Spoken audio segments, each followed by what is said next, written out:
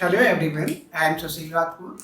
As we know in previous video, we discussed about the transfer section of pollen grain, and today in this video, I am going to discuss about the next topic of this series is microsporogenesis.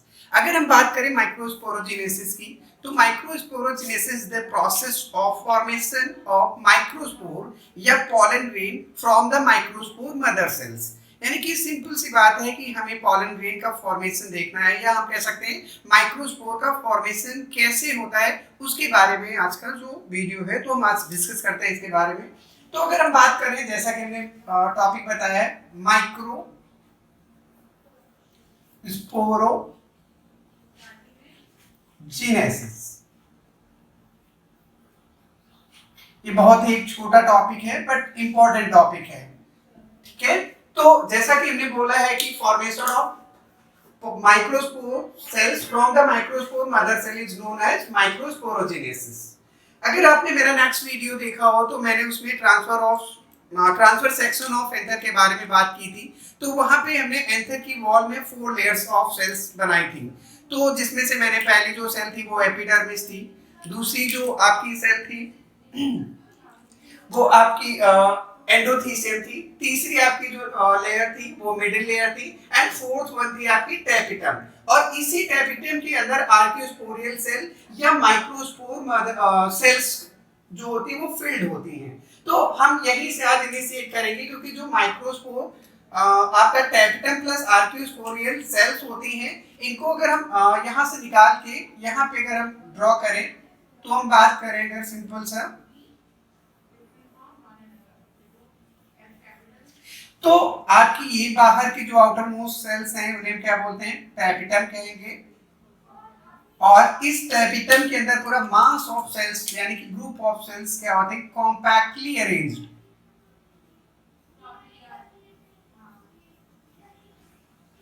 Compactly arranged group of cells होती है, और all cells are diploid in nature. Diploid का मतलब 2n stage में होती। तो ये जब इनिशियल स्टेज होती है तब इन्हीं आर्कियोस्पोरियल सेल या हम इनको क्या कह सकते हैं, माइक्रोस्पोरस सेल,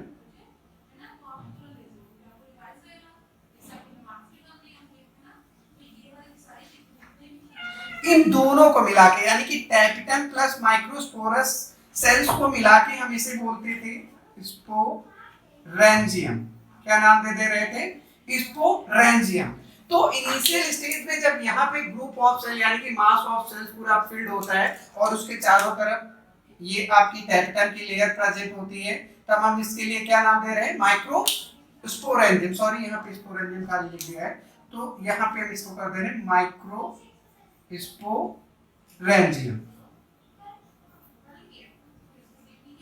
तो ये आपकी माइक्रोस्पोरेंजियम जो होती है वो कब कही जाती है, आपके इनिशियल स्टेज में, जब सेल क्या हो, कॉम्पैक्टली अरेंज्ड हो। नेक्स्ट स्टेज में अगर हम देखें तो ये जो माइक्रोस्पोरेंजियम होती है ये एक टाइम के बाद मैच्योर हो जाएगी। क्या होगी, यहाँ पे इसमें मैच्योरेशन होगा, और मैच्योर होने के बाद इसकी जो माइक्रोस्पोरस सेल्स हैं वो कुछ सेल क्या हो जाएंगी, यहाँ की सेल्स क्या हो जाएंगी, डिजेनरेट हो जाती है। कुछ सेल क्या हो जाती है, डिजेनरेट होंगी। और सिंपल सी बात है, अगर ये मैच्योर हो रही है तो मैच्योरेशन में इसका साइज थोड़ा सा क्या हो जाएगा, बढ़ जाएगा, यानी कि साइज जो होगा वो इंक्रीज होगा। यानी कि माइक्रोस्पोरेंजियम है, इसका साइज क्या हो जाएगा, थोड़ा सा इंक्रीज करेगा। बट यहाँ की अंदर की जो माइक्रोस्पोरा सेल्स थी वो कुछ सेल डिजेनरेट होंगी, तो यहाँ पे क्या होंगी, जो सेल्स बचेंगी वो लूजली अरेंज्ड बचेंगी। यहाँ पे सेल्स क्या बचेंगी, लूजली अरेंज कुछ सेल्स बचेंगी। और अब इस जो स्ट्रक्चर को पूरे के पूरे स्ट्रक्चर को नाम दे दिया जाता है, वो बोला जाता है पॉलन सैक। क्या कहा जाता है, पॉलन सैक। यानी कि जब इनिशियल स्टेज में सेल कॉम्पैक्टली अरेंज होती है तो उसे हम क्या बोलते हैं, आपका माइक्रोस्पोरेंजियम बोलते हैं। लेकिन जब ये मैच्योर हो जाता है और इसकी सेल कुछ डिजेनरेट हो जाती है, यहाँ पे कुछ ही सेल्स बचती हैं, क्योंकि वो जो डिजेनरेट होती है वो इसको न्यूट्रिशन देने के लिए, क्योंकि वो जब डिजेनरेट होने के बाद ये उसको एब्जॉर्ब कर लेंगी, तो इसकी सेल थोड़ा सा साइज में बड़ी हो जाएंगी। और अब इस पूरे के पूरे मास ऑफ सेल्स जो होता है उसे हम क्या कह देते हैं, पॉलन सैक। और इन सेल का नाम भी चेंज हो जाता है। इन सेल का जो नाम हो जाता है वो हो जाता है माइक्रोस्पोर मदर सेल। क्या नाम हो जाता है? Microspore mother cell. और इन्हीं से जो होता है आपका माइक्रोस्पोर या पॉलन ग्रेन का फॉर्मेशन होगा। तो जैसा कि मैंने बताया, अगर ये पूरा का पूरा मैंने जो पॉलन सैक है, इसकी अगर हम एक माइक्रोस्पोर मदर सेल को बाहर ले आए, ये सपोज हमने क्या किया, माइक्रोस्पोर मदर सेल को बाहर ले लिया,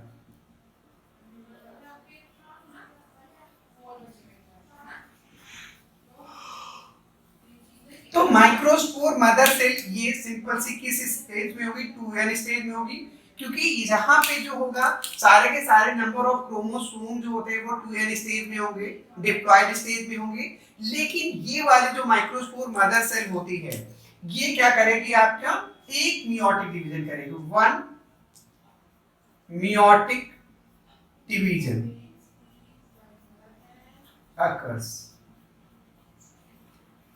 अब ये क्या होगी? एक इसमें मियोटिक डिवीजन होगा, तो सिंपल सी बात है, ये जब मियोटिक डिवीजन करेगी तो एक सेल से क्या होगा? 4 सेल्स का फॉर्मेशन होगा।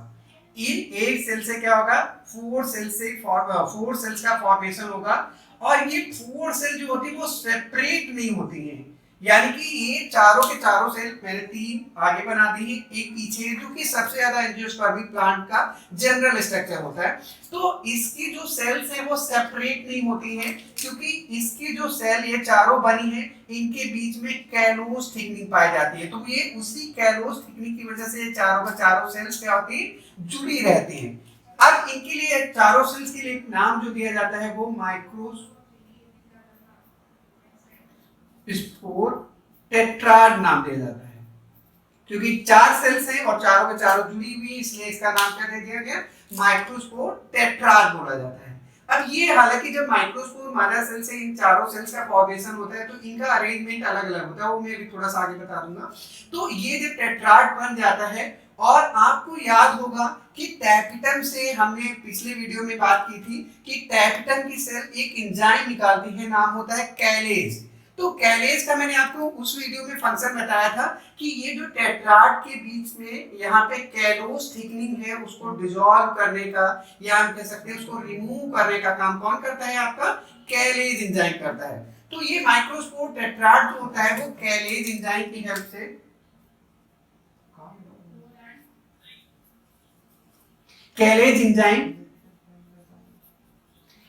से वो क्या कर देगा?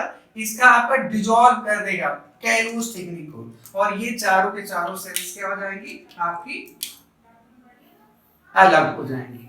और ये जो चारों सेल्स अलग हुई हैं, इन्हें ही क्या बोलते हैं? माइक्रोस्पोर सेल बोलते हैं। क्या बोलते हैं? Microspore cell.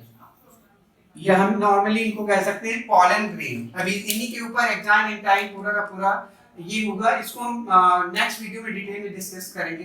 अभी मैंने जैसे बताया कि ये टेट्राड का जो अरेंजमेंट होता है वो 3 to 4 टाइप का हो जाता है, जनरली देखा जाता है। तो पहला जो ये मैंने लिखा हुआ है, सबसे कॉमन टाइप का इस तरह का अरेंजमेंट होता है आपके टेट्राड का, जिसको क्या बोलते हैं आप? टेट्राहेड्रल। अगर इस तरह का टेट्राड, यानी कि चारों जो आपकी माइक्रोस्पोर मदर सेल से बनी हुई माइक्रोस्पोर सेल्स हैं, ये अगर इस तरह से अरेंज हैं, जिसमें 3 सेल आगे हो फ्रंट में और 1 सेल पीछे हो, तो इसे क्या बोलते हैं? टेट्राहेड्रल।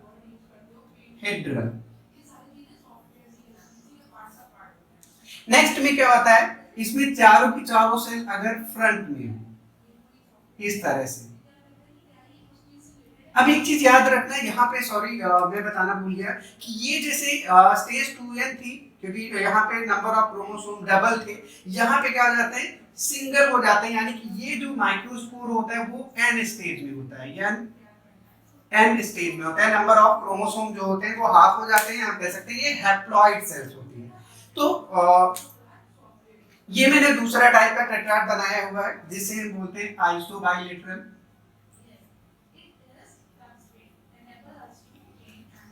थर्ड टाइप का आपका टेट्राड जो हो सकता है वो आपका लीनियर हो सकता है। इस तरह से इसकी चारों सेल्स अरेंज हो सकती हैं, इसको बोलते हैं लीनियर टेट्राड। या एक आपका जो होता है इसमें क्या होता है फोर्थ टाइप का, इसमें दो सेल क्या होगी ऊपर अरेंज होंगी और जो तीसरी होगी वो इसी के जस्ट नीचे और चौथी जो होगी वो इसके जस्ट नीचे। तो इस तरह के अरेंजमेंट भी होता है, तो इसे एफ शेप और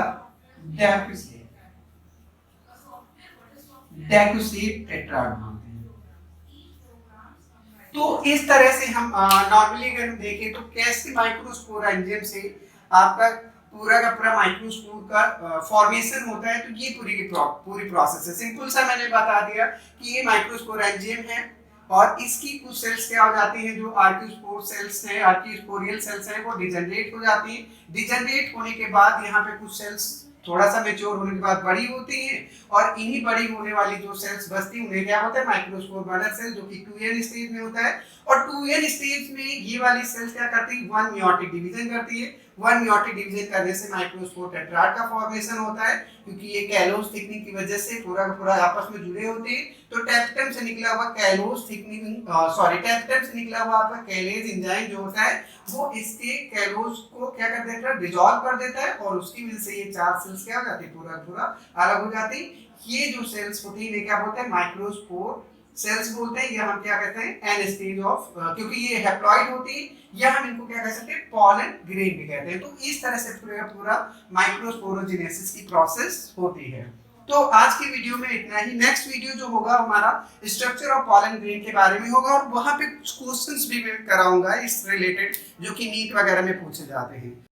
अगर आपको मेरी वीडियो पसंद आई है तो इसे लाइक करें, शेयर करें, कमेंट करें और अगर आप मेरे चैनल पे नए हैं तो इसे सब्सक्राइब करें। Thank you.